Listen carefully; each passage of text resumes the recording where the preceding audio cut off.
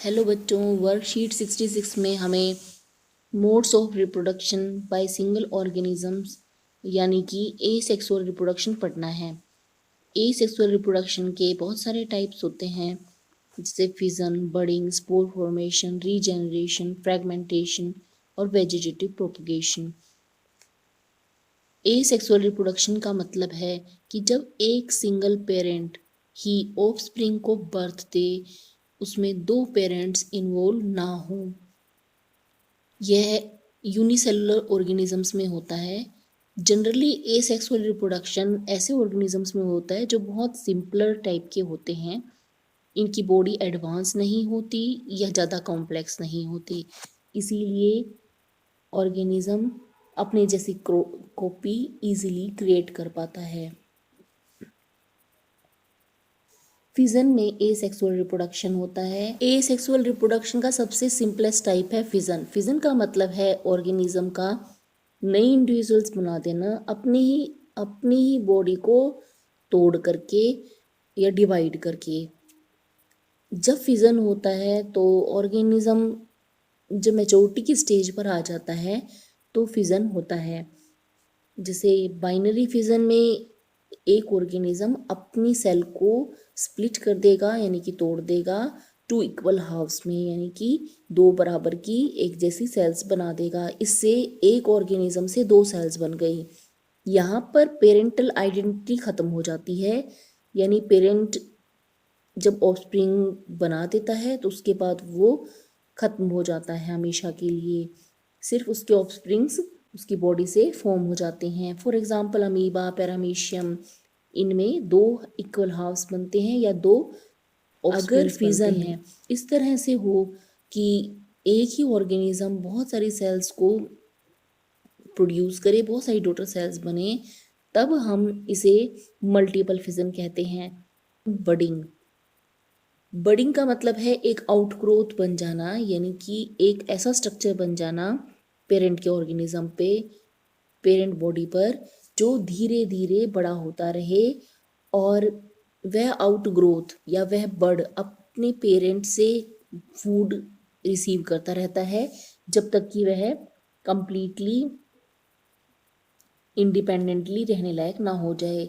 जब उसके सारे पार्ट्स डेवलप हो जाते हैं तो वह पेरेंट से टूटकर अलग हो जाता है और नई न्यू ऑर्गेनिज्म की तरह काम करता है, जैसे ईस्ट और हाइड्रा में। स्पोर फॉर्मेशन के लिए फंगस स्पोरेंजियम फॉर्म करता है। स्पोरेंजियम हाइफा की हेल्प से फंगस से जुड़ा होता है। हाइफा होते हैं फाइबर लाइक स्ट्रक्चर्स। तो आप डायग्राम में देख सकते हैं, ये छोटे छोटे फाइबर लाइक स्ट्रक्चर हैं जिसके ऊपर स्पोरेंजियम जुड़ा हुआ है।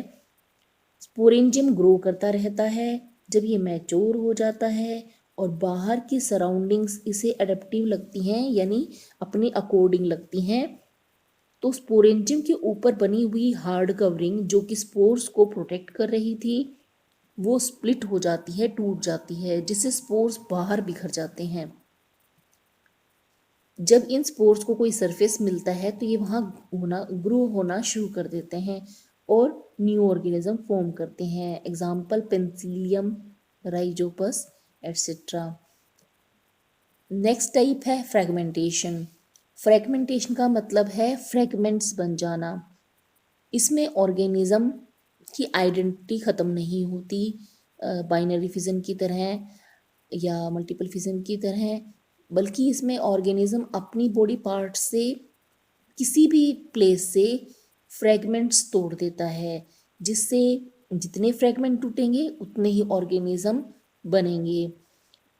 हर फ्रेगमेंट एक एडल्ट ऑर्गेनिज्म में डेवलप होने की कैपेसिटी रखता है, जैसे स्पाइरोगायरा में।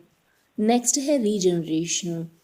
रीजनरेशन में ऑर्गेनिज्म की बॉडी इस तरह से टूट जाती है कि जितने पार्ट टूटेंगे वो बचे हुए पार्ट के हिस्सों को डेवलप कर लेगा। फॉर एग्जाम्पल प्लेनेरिया बना लेगा। जिसके पास हेड गुम हो गया है या टूट गया है वो हेड बनाएगा, जिसके पास टेल नहीं है वो टेल बनाएगा।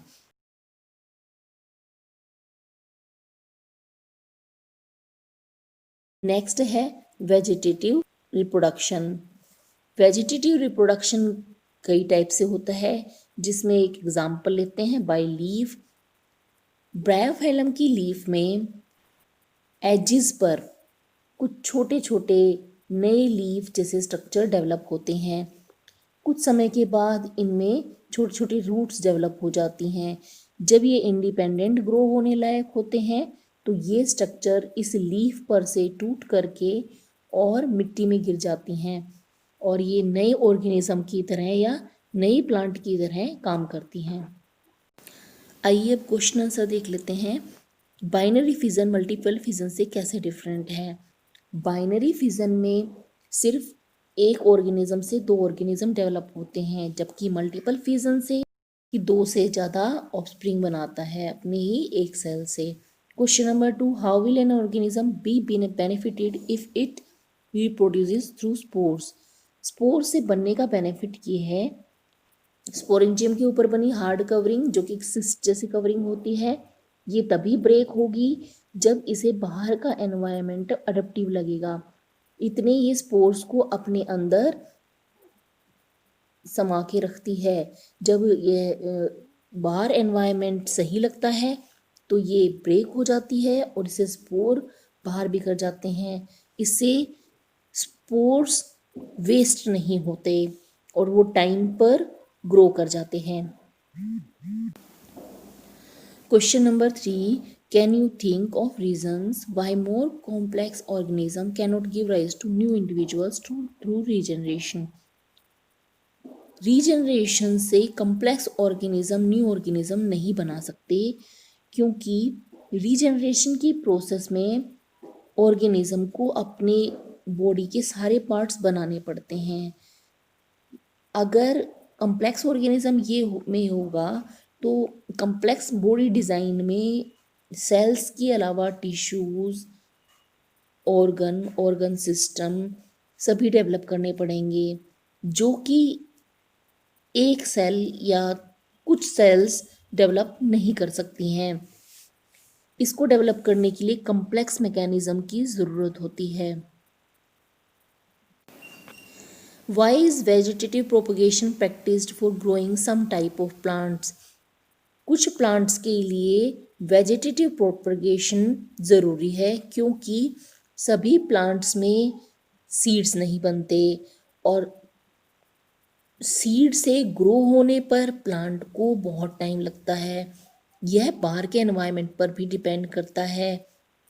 अगर मौसम सीड को ग्रो करने के अकॉर्डिंग नहीं है तो सीड्स वेस्ट हो जाते हैं और वो ग्रो नहीं कर पाते हैं। जबकि वेजिटेटिव प्रोपगेशन से हम प्लांट की कटिंग लगा लेते हैं, रूट स्टेम या लीव्स से ग्रो करते हैं, जिससे ग्रो होने में प्लांट को टाइम कम लगता है।